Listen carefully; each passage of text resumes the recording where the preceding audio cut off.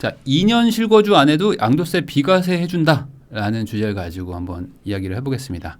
요게 지금 사실 지금 시장에서 좀 핫한 내용인데, 임대차 시장 안정 방안 및 3분기 추진 부동산 정상화 과제 해가지고 오늘 나온 겁니다. 요것도 오늘 나왔어요. 요즘에 지금 부동산 정책 잘 안 나오다가 막 지금 터지고 있어요. 요거 관계부처 합동 발표입니다. 근데 여기에 대해서 뭐 하나하나 좀 설명을 해볼게요. 우선 이 보도자료의 가장 좋은 점은 이거 같아요. 뭐냐? 현 정부. 그래도 이제 한 달이 넘었죠. 그러니까 현 정부가 어떤 판단을 하고 있느냐, 이 시장에 대해서. 여러분들 지금 기억나실지 모르겠지만 전 정부에서도 항상 보도자료가 나왔어요. 그리고 보도자료에서 어떤 그 시장에 대해서 이런 생각을 갖고 있다라는 그 내용이 항상 있거든요. 근데 그 내용들이 사실은 조금 현장과 좀 맞지 않고 이런 적들도 있었지만, 뭐 어쨌든 이제 새로운 정부에서도 그럼 이 시장을 어떻게 보고 있는지를 우리가 잘 챙겨봐야 앞으로 정책이 어떻게 간다라는 것도 알 수 있죠. 자, 이걸 보면요, 지난 5년에는 임대차 2법이 도입되면서 2000년 하반기부터 전세 시장이 막 상승하고 신규 갱신 계약 간 이중 가격이 막 형성됐었다. 그래서 많이 올랐었던 건 뭐 다들 알죠. 근데 최근에는 금리 인상, 매물 누적 같은 걸로 전세 시장이 하향 안정세를 지속하고 있다. 그러니까 지금 막 상승하던 게 하향으로 점점 안정되고 있다는 거죠. 가격, 전세가가 하향 흐름을 이어지고 있고, 그리고 신규 계약 같은 것들도 뭐 전세 전체적으로 지금 약간 보합이라는 얘기입니다. 이게 하향 흐름이라는 게 내려가고 있습니다가 아니고요, 내려가는 방향으로 가고 있다는 거죠. 증가세가 점점 감소하고 있다는 겁니다. 거래도 잘 안 되고 있고, 다만 전월세 중에서 월세가 많이 상승하고 있다. 이거는 뭐 제가 몇 번 다뤘지만 지금 뭐 대출 규제, 뭐 금리 인상 이런 것들도 생기고, 그리고 주인들도 결국에 세금도 내야 되고, 아직 세금을 뭐 깎아준다고 하더라도 아직 많이 내기 때문에 월세 비중으로 점점 올라가고 있어요. 그리고 전세 매물에 대한 매물 소화 기간이 확대되면서 임차인보다 임대인이 많은 임차인 우위 시장이 지속되고 있다 라고 현 상태를 보고 있다는 겁니다. 자, 그러면 앞으로 어찌 될 거냐라는 거는 정부가 어떻게 판단하고 있냐 보면요, 구조적으로는 그러면 아무 문제가 없는 거냐? 그게 아닙니다.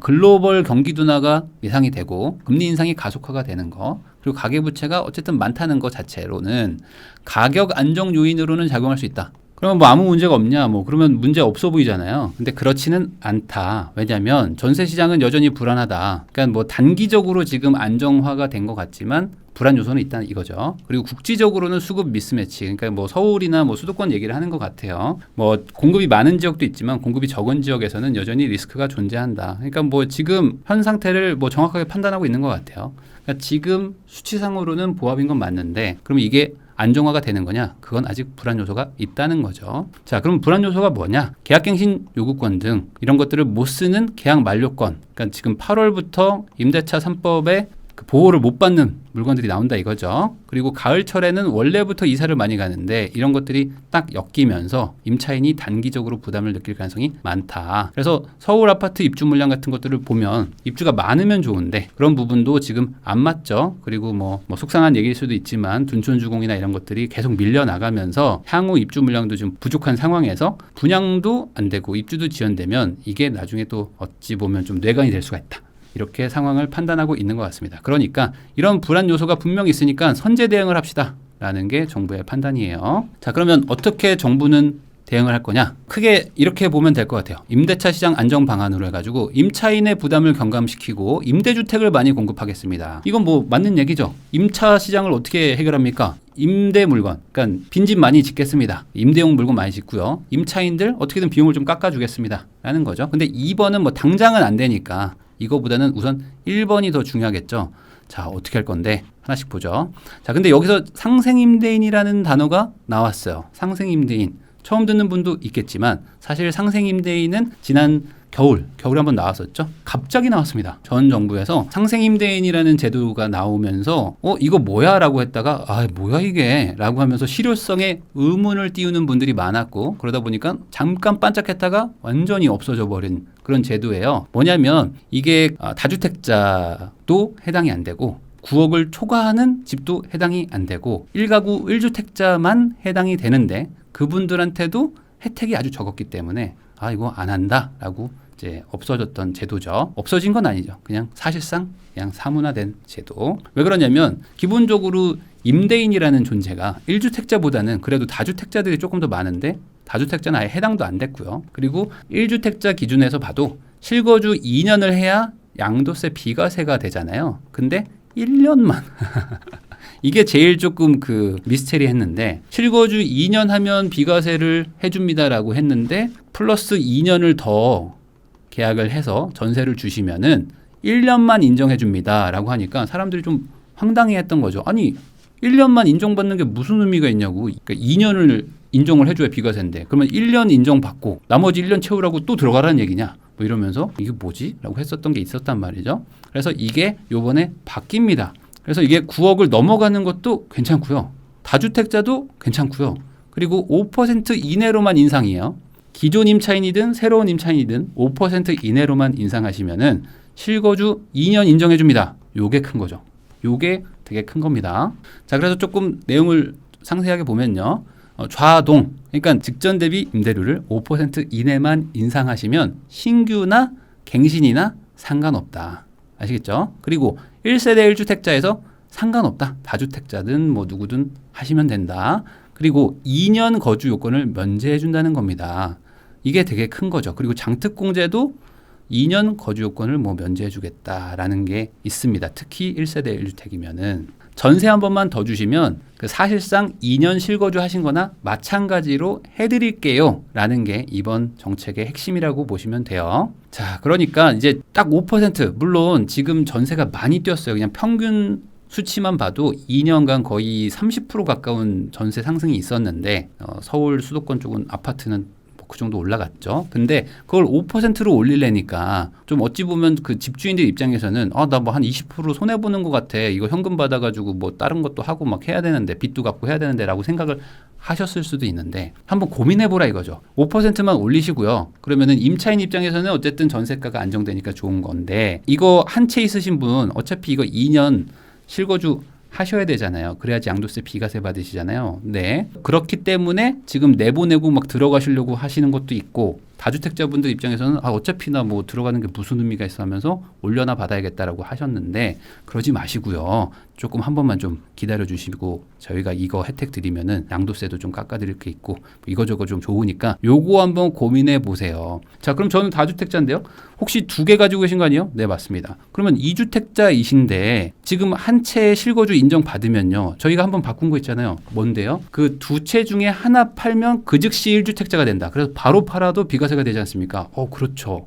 그러니까 이번에 한번 실거주 인정 받으시고 2채를 동시에 정리를 하셔도 양도세가 비과세가 될 수도 있다. 그러네요. 그러면 또 괜찮을 수도 있겠네요. 라고 하면서 고민거리가 하나 생긴 거죠. 자, 근데 이게 조금 문제가 있습니다. 뭐냐면 누구나 다 되는 건 아니고요. 기준일이 있어요. 그러니까 21년 12월 20일 날 이 상생임대인 제도가 발표가 됐는데 요때 이후로 하는 것만 됩니다. 저는요 작년 가을에 한번 계약갱신 청구권을 썼습니다. 한번 그 쓰게 해드렸습니다. 라는 분들은 안 돼요. 이날 이후로 한 거고요. 그리고 그 전에 뭐 승계 계약을 받은 것도 뭐 안 되고요. 그리고 나와 한 번 이상을 재계약이든 뭐 계약갱신이든 뭐 신규 계약이든 한 분들만 대상이 되는 겁니다. 그러니까 결국에 기준일 이후에 전세 계약을 하는 분만 이라고 생각하시면 돼요. 아니 그러면은 그 이후로 하면 다 되는 건가? 그것도 아닙니다. 자, 왜 그러냐면 지금 적용 기한이 있는데 24년 12월 31일까지라고 돼 있어요. 그럼 이게 뭘까? 24년 12월 31일 이후에 계약갱신을 하거나 하는 거는 또 인정을 안 해주겠다는 의미입니다. 쉽게 생각하면 이렇게 보면 될 것 같아요. 급한 불만 끄는 거다. 그래서 다 깎아줄 수는 없으니까 이 24년 12월 31일까지 임대 계약한 사람만 2년 실거주를 인정해 주기로 했습니다. 지금 사람 내보내고 들어가려고 하지 마시고 그냥 그분 더 살게 하시든지 아니면 새로운 분한테 전세 줘서 실거주로 인정받으시라 이 이야기인 것 같습니다. 그래서 결론적으로는 이렇게 생각하면 좋을 것 같아요. 너 혹시 이번에 실거주 하려고 그런 생각 가지고 있어? 네, 맞습니다. 너 그럼 그거 하지 마. 너 그냥 그거 인정해 줄게. 네? 그게 무슨 소리예요? 저 그냥 이번에 실거주 할 건데요. 너 그러면 너 전세도 돈 빼줘야 되고 뭐 너도 이사 가야 되고 힘들잖아. 네, 그건 맞죠. 그러면 그냥 그분한테 그냥 5%만 받고 너도 그냥 지금 사는데 살아. 그리고 나중에 들어가든지 뭐 팔든지 해. 그러면 저한테 손해보는 거 없나요? 손해보는 거 없지. 네 입장에서는 손해보는 게 없어. 근데 왜 그렇죠? 야, 너 어차피 전세 빼주고 들어가는 거 그거 양도세 비과세 때문에 들어가는 거잖아. 네. 그러니까 너 그거 인정해줄게. 그러면 굳이 안 가도 되죠. 저도 그냥 여기 살면 되니까. 네. 알겠습니다. 라는 겁니다. 그러니까 이게 꽤 괜찮은 정책이 될 수 있는 거예요. 네, 그리고 다음으로 계약갱신 만료 임차인을 지원해 주는 게 있습니다. 그러니까 지금 갱신 만료 임차인들이 되게 사면 초과에 빠져 있는 상황이잖아요. 전세는 올라 있고 이사 가든지 올려주든지 반전세를 가든지 막 해야 되니까 이런 분들이 되게 고생인데 그 중에서도 조금 상대적으로 저가의 전세에 살고 있던 분들은 힘들기는 더 힘드시잖아요, 사실. 그러다 보니까 이 기존에 많이 올라버린 막 1억 5천 막 이렇게 올라버렸는데 대출 한도를 늘려주지 않으면 사실 뭐 그냥 나가게 되는 수밖에 없으니까 대출 한도도 좀 늘려드리고 그리고 대상 보증금도 좀 늘리면서 전체적으로 저리융자 지원 프로그램의 범위를 조금 더 넓혔다. 그러니까 오른 것만큼 좀 정책 지원을 좀 해주겠다라는 게 있습니다. 그래서 이런 거를 뭐 8월부터 적용한다고 하니까 이제 계약갱신 청구권을 다 쓰시고 계약 만료가 되는 상대적 저소득층들 입장에서는 대출을 조금 풀어주면서 조금 더 살 수 있겠다라고 할 수 있는 거죠. 자, 그리고 청년들 전세 상승분을 저리정책 융자 지원해주겠다라는 게 있어요. 이게 뭐냐면은 뭐 월세 세액공제, 뭐 상환액 소득공제 뭐 이런 것들이 있는데 말 그대로 이제 어쩔 수 없이 월세가 내는 거는 내는 거고 근데 그런 분들한테 뭐 연 750만 원 한도 이하에서 소득을 또 따집니다. 이게 우리나라는 항상 또 소득을 따지기 때문에 소득이 좀 낮으면 낮을수록 조금 공제를 많이 해주겠다. 세액공제 해주는 게 있죠. 근데 또 소득이 낮으시면 또 세액 자체가 또 낮아가지고 공제가 또 크지도 않을 수도 있는데 어쨌든 이건 좀 계산을 좀 해봐야 되고요. 그래도 어쨌든 10%, 12%를 12에서 15로 상향해 주니까 세금을 좀 깎아주겠다. 조금이라도 월세에 보탬을 하시라 이 이야기인 것 같고요. 그리고 전월세 보증금의 대출 원리금 상환액도 소득에서 좀 공제를 해가지고 그래도 조금이라도 세금을 좀 깎아주려는 정책을 쓰려고 합니다. 그리고 미분양 주택에서 종부세를 배제해 주는 게 있는데 이게 이런 얘기입니다. 그러니까 이게 지금 새로 신축을 하셔가지고 분양하려고 하는 분들 있잖아요. 근데 분양이 잘 안 됐어요. 그러면은 대부분 어떻게 되냐면은 분양을 할 물건을 그냥 주인이 떠안습니다. 그러니까 그 건축주가 떠안는 거죠. 그러다 보면은 건축주 입장에서는 갑자기 그냥 뭐 10주택자, 20주택자 막 이렇게 되는 거예요. 그러면 이분들은 종부세를 막 엄청나게 얻어맞지 않겠어요? 미분양 난 것도 속상해 죽겠는데 갑자기 20주택자가 된 거예요. 그러더니 종부세 막 중과가 되고 그 과세 표준이 엄청나게 잡히면서 종부세를 막 몇 억씩 내라고 하니까 뭔가 사업해보려고 공급해보려고 하다가 그냥 망해버리게 되잖아요. 그래서 그런 분들한테 그 특정한 상황에 있는 분들은 세금을 좀 빼드리겠다. 제외를 해주겠다는 거죠. 근데 뭐 거기에 뭐 거주하는 분도 있어요. 왜냐면 이제 미분양을 막 떠안게 됐는데 뭐 나라도 들어가서 살아야지 뭐 이렇게 생각하시면서 들어가서 사는 분들은 또 막 1년 이상 거주하면은 또 합산 배제 빼고 막 이랬는데 그런 거 안 하겠다.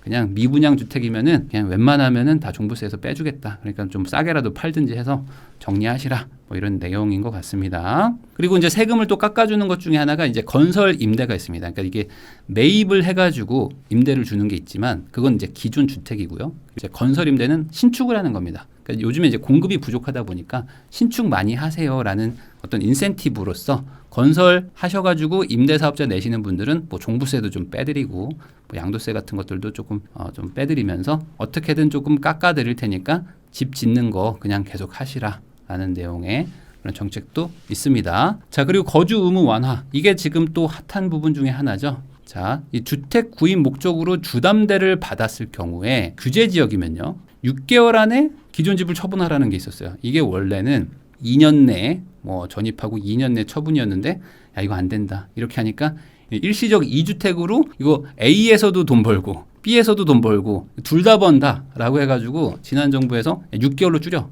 해가지고 6개월로 단축시킨 게 있어요. 그래서 이 안으로 전입신고 하시고 뭐 실거주 뭐 물론 정확하게는 전입과 실거주는 좀 다르지만 전입 안 하면은 뭐 대출 회수합니다 해가지고 시간을 아주 타이트하게 준 게 있는데 요것도 2년으로 완화를 합니다. 그러니까 전세를 끼고 사거나 아니면 거기 세입자 있는데 막 억지로 내보내면서 막 들어가려고 하지 마시고 최대한 그 임대차 시장을 흔들지 않게 하려고 하는 정책들이 좀 보이죠. 그리고 전입신고도 안 해도 된다라고 하면서 폐지를 시켰습니다. 그러니까 주담대 받으면 좋은데 2년 안에만 정리하고 들어가세요 라고 생각하시면은 뭐 크게 틀리지 않지 않을까 생각하시면 될 것 같습니다. 뭐 입주 안 하고 그냥 매각을 하셔도 뭐 상관은 없는 거고 그건 상관이 없어요. 그리고 분양가 상한제 거주 의무 완화도 이거 꽤 많이 바뀐 것 같아요. 이것도 되게 중요한 거 중에 하나인데 지금 분양가 상한제가 적용을 받으면요 그 입주 때 최대 5년의 실거주를 해야 됩니다. 그러다 보니까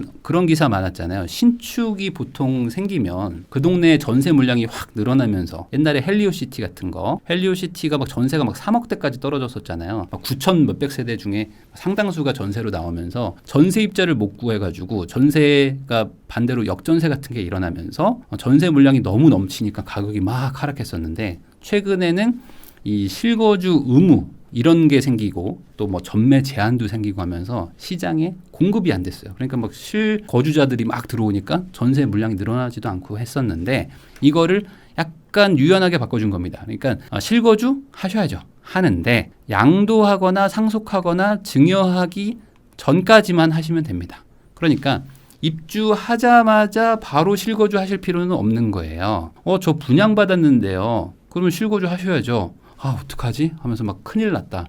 대출도 안 나오고 하는데 어떡하지? 뭐 이런 고민하던 분들 입장에서는 이제는 전세를 줘도 된다라는 의미입니다. 그러면 전세가도 높잖아요, 지금. 그러면 지금 대출 규제 있었고 전세는 못 주니까 야, 이거 큰일 났다. 어떡하지? 하던 분들 입장에서는 우선은 너 당장은 안 팔 거니까 한 몇 년 뒤에 실거주하러 들어가자라고 생각하고 우선 전세 돌리면서 한숨 돌릴 수가 있는 거죠.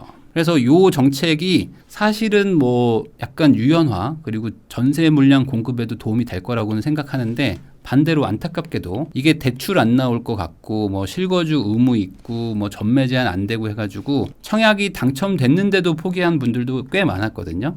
저는요 어차피 그 실거주 의무 못 채우고요. 저 이거 당첨됐지만 저 아쉽지만 포기합니다. 이런 분들 입장에서는 사실 지금 이 정책이 나오면 피눈물 나는 그런 상황이기는 한데, 그래도 이제 시장 전체를 봤을 때는 전세 물량 공급하기에는 그래도 이거만한 게 없지 않나. 그래서 억울한 사람들도 분명히 많긴 많겠지만 그나마 다행인 정책이다라고 생각을 합니다. 이래야지 신축 아파트에 전세 물량이 생기죠. 네, 그리고 청년 신혼부부한테 매입 임대주택을 전세형으로 공급한다. 뭐 제가 옛날에 빌라를 좀 정부에서 좀 사가지고 좀 많이 좀 빌려줘라 신혼부부들한테 뭐 이런 얘기를 한 적도 있는데, 뭐 이런 정책은 좋은 것 같습니다. 그래서 아무래도 여전히 일반인들의 입장에서는 월세를 산다 하면 벌써 부담되죠. 근데 전세는 오케이 라는 분들이 많단 말이죠. 그리고 또 전세 사기 이런 것들도 요즘에 워낙 많은데, 어쨌든 매입 임대니까 정부에서 우리가 할게. 우리를 믿고 그냥 전세 들어와. 시세보다 한 80%로 싸게 해줄게. 근데 전세야. 그러니까 얼마나 좋아 라고 하면서 빌려주는 물량들을 좀 늘리겠다 이겁니다. 그러니까 지금 워낙 전세가 부족하고 전세난도 있는 지역들이 많으니까, 그런데 청년 신혼부부한테는 싸게 전세로 빌려주겠다. 그럼 전세난에 조금이라도 도움이 되겠죠. 그리고 요것도 있습니다. 그러니까 참 다양한 정책들이 많았어요. 진짜. 참 다양한 정책들이 많았는데 이런 것도 있습니다. 최초 전세대출 기준 비고가주택 보유자에 대한 전세대출 보증 연장 허용. 무슨 소리야? 라고 하실 건데, 예를 들어 시가가 9억이 안 되는 물건에 가지고 있던 그 소유자는 전세 대출을 받을 수가 있었습니다. 근데 전세 대출을 받았어요. 근데 그 사이에 집이 9억으로 넘어가 버려서 한 10억이 된 거예요. 그러면 어떻게 됩니까? 이제 9억을 초과했잖아요. 그럼 전세 대출이 연장이 안 돼. 네. 그러니까 아니 내가 전세 사는 동안 집값이 올라 버린 거잖아요. 근데 야 너는 왜 9억 이상짜리를 가지고 있냐? 네? 아니 그 집이 올랐는데요. 야 그럼 너 전세 대출 안 해줘. 에? 저 그냥 전세 살고 있었는데요. 야 너 네 집 들어가. 이거였습니다. 아니 그게 왜요? 아니 야 너는 어떻게 집도 있는 애가 전세를 사냐? 아니 근데 제가 그때 집을 살 때는 9억 이하였는데 그래도 이제 9억 넘었다며. 네. 그럼 내가 너한테 전세 대출 보증을 어떻게 해줘? 그럼 저는 어떻게 해야 되죠? 뭐 월세를 가든지 뭐 네 집 들어가든지 하라고 이랬습니다. 그래서 그걸 안 해줬어요. 근데 이제 해준다. 그러니까 괜히 임차인 내보내지 말라 이거죠. 그러니까 핵심은 지금 일관되죠. 정책들이 일관됩니다. 그냥 그 잘 살고 계시면 그냥 사시라고. 전세 연장해 드릴 테니까 그냥 거기 사는 임차인도 살게 해주시고 본인도 그냥 사시고요. 그리고 이번에 갱신하시면 플러스 2년 실거주도 해드릴게요. 이겁니다. 그러니까 임차인 괜히 안 내보내고 그대로 살게 해주시면요. 5% 이내로만 살게 해주시면 실거주 인정까지 해드리니까 양도세 비과세도 받으시고 얼마나 좋으세요. 그러니까 그냥 사시라 라는 겁니다. 근데 여기에 하나 빠졌어요. 뭐냐면 아파트 매입 임대 사업자. 원래 요거 공약에 있었거든요. 그래서 아파트가 지금 임대사업자가 완전히 폐지가 됐는데 요거 부활한다 얘기가 있었는데 요게 요번에 없습니다. 그래서 60제곱 전용 면적 그러니까 한 25평대 요 아파트는 임대사업자를 부활시키겠다라고 한 공약이 있는데 요거는 아직은 좀 시기상조다. 라고 생각을 하는 것 같아요. 아무래도 법도 뭐 개정해야 될 수도 있고 넘어야 할 산이 많을 것 같아서 이번엔 나오지 않은 것 같습니다. 그래서 뭐 정리를 하면은 뭐 법을 안 바꾸고 가능한 것들은 꽤 많이 포함이 된 것 같다. 그리고 어떤 정책이 일관되게 기존에 사는 전세입자를 계속 살게 해줘라. 그러면 너한테 세금적인 혜택을 줄게. 그러니까 괜히 전세 올리지 말고 그냥 5% 정도만 만족하고 올리시고 그냥 살던 데 사시면서 그냥 우선 이 힘든 2년을 그냥 지나갑시다 라는 게 정책의 방향이다. 그리고 저는 뭐 이게 나쁜 방향이라고 생각은 하지는 않습니다. 어쨌든 지금 전세난이라는 거는 뭐 일어날 수 있는데 그 부분을 조금이라도 좀 수요를 좀 낮춰주면 그래도 시장의 불안 요소는 해결되는 거니까요. 이렇게 나쁘지는 않다. 다만 뭐 이게 정책적으로 모든 문제를 해결해 주지는 않을 것이다. 그래도 안 하는 것보다 낫다 라는 말을 전하면서 영상 마무리하겠습니다.